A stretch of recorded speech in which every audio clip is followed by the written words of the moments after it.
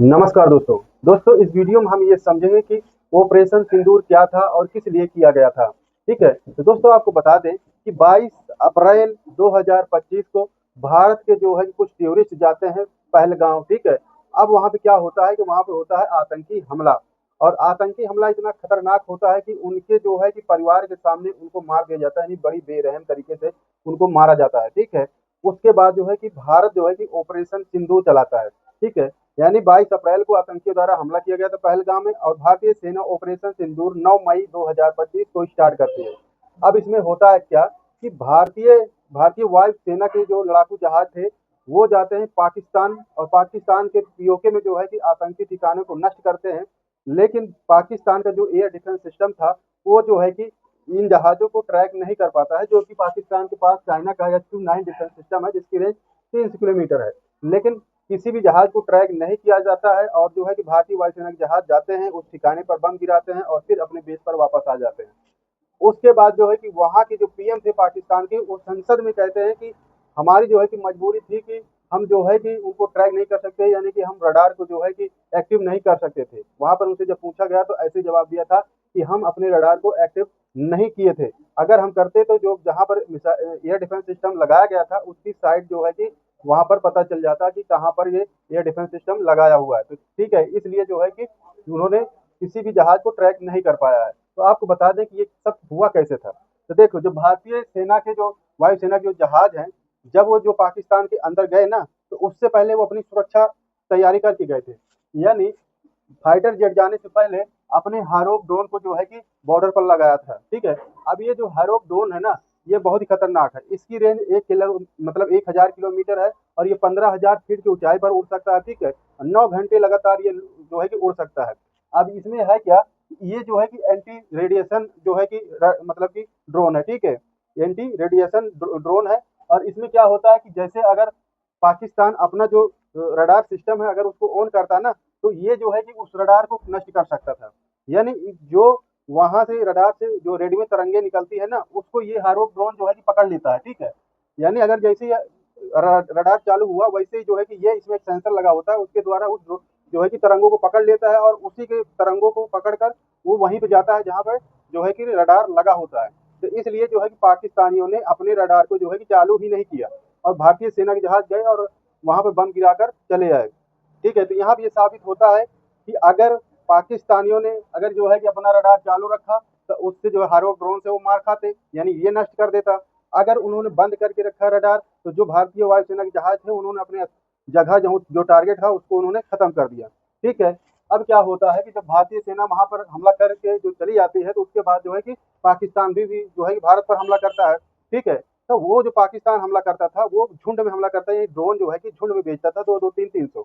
अब वो भेजता क्यों था?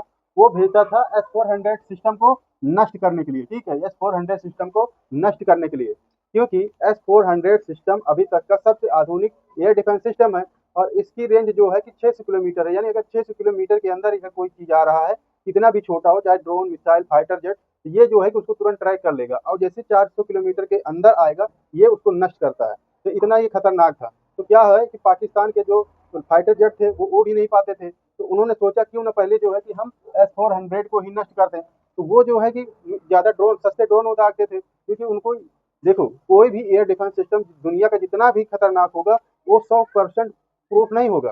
ठीक है, अगर 100 मिसाइल अगर दागी जा रही हैं तो 90 को भले मार ले, लेकिन 10 तो जो है कि गिरेंगे ही। ठीक है, तो अब उसको लग रहा था कि जो है कि अगर फाइटर जहाज भेजूंगा तो ये मार के गिरा देगा। इससे अच्छा है कि हम एक साथ जो है कि ड्रोन भेजते हैं, जिससे असिमेट्रिक अटैक करते हैं, यानी एक साथ जो है कि अटैक करते हैं। इसमें ये होगा कि ये जो है कि उन ड्रोनों को मारेगा। ठीक है, तो मारेगा तो इसके पास कितनी मिसाइल होंगी? ठीक है, अब एक टारगेट को मारने के लिए जो है कि ये इसको 2 मिसाइल छोड़नी पड़ती है। ठीक है, अब सस्ता सा ड्रोन और उसको मारने के लिए दो दो मिसाइल अगर ये फायर करेगा तो कितना सारा खर्चा आएगा। ठीक है, अगर मान लीजिए एक मिसाइल अगर 30 करोड़ रुपए की है, तो 60 करोड़ रुपए एक एक 20 लाख रुपए के ड्रोन को मारने के लिए खर्चा हो रहा है। तो अब इसका ये काम था, जो S-400 था, ये छोटे मोटे ड्रोन को नहीं मारता था, बल्कि जैसे फाइटर जेट हो गए या बैलिस्टिक मिसाइल हो गई, इसके लिए जो है कि भारत ने इसको लगाया था। ठीक है, और जो जो है कि उससे अगर जैसे आ रहा है ड्रोन, आ रहा है छोटा छोटा, तो इसके लिए जो है कि भारत ने कई लेयर्ड में जो है कि अपना एयर डिफेंस सिस्टम लगाया था। यानी ये 400 किलोमीटर का था, S-400 400 किलोमीटर का था।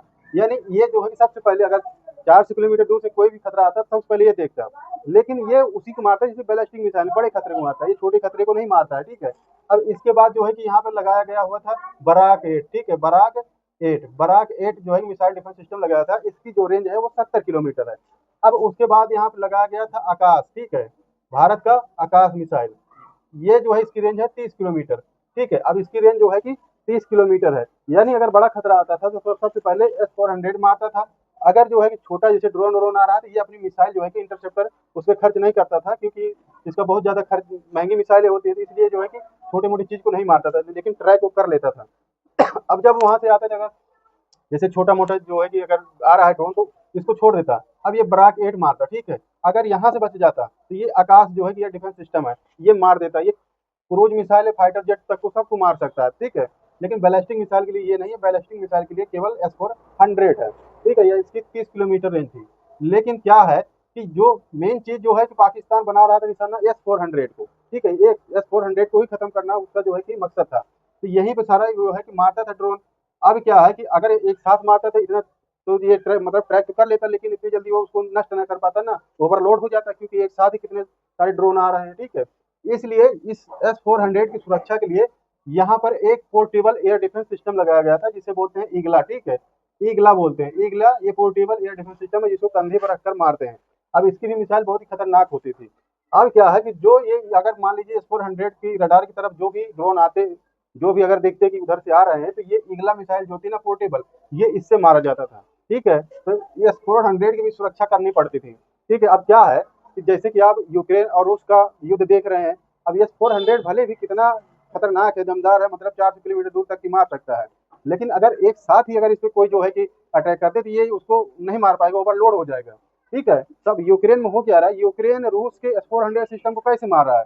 अब देखिए, अब जैसे जो है कि S-400 सिस्टम है, अब यूक्रेन इसके लिए क्या रणनीति अपना रहा है कि सबसे पहले जो है कि भेजता है बहुत सारे ड्रोन छोटे छोटे। अब छोटे छोटे ड्रोन जब भेजेगा तो ये मिसाइल उसको मारेगी, यानी एक टारगेट के लिए 2 मिसाइल मारेगी।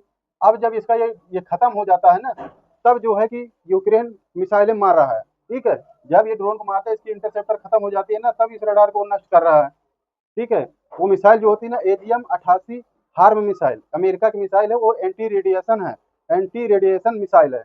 अब उसको क्या है कि ना, जब इसकी मिसाइल खत्म हो जाती है तो वो जो एजीएम मिसाइल है ना, जो एजीएम मिसाइल है वो क्या है कि एंटी रेडिएशन मिसाइल है। तो जो इससे तरंगे निकलती है रेडियो ना, ये मिसाइल उसी तरंगों को पकड़ती है और ये जहाँ के यहाँ पर मारती है। ठीक है, तो इस तरह से रूस के S-400 सिस्टम को भी यूक्रेन नष्ट कर रहा है। यानी इसका मतलब ये हुआ कि या तो जो ड्रोन आ रहे हैं उसको चुपचाप आप देखते रहो कि वो कहाँ गिर रहा है, कहाँ मार रहा है, या फिर अगर आप रडार एक्टिव करेंगे तो आप इस मिसाइल से मारे जाएंगे। ठीक है, अगर आप रडार एक्टिव करते हैं मिसाइल से मारे जाएंगे। ठीक है, और अगर नहीं करते हैं तो ये जो ड्रोन है इसको अपना काम कर देते, जहां भी फट रहा है उसको फटने दो। तो इस तरह से जो है कि भारत अपनी 4 लेयर्ड में सुरक्षा करता है, और पाकिस्तान की एक भी मिसाइल भारत में आकर गिरी नहीं, उसको आसमान में ही नष्ट कर दिया गया। तो इतना खतरनाक भारत का एयर डिफेंस सिस्टम है। ठीक है।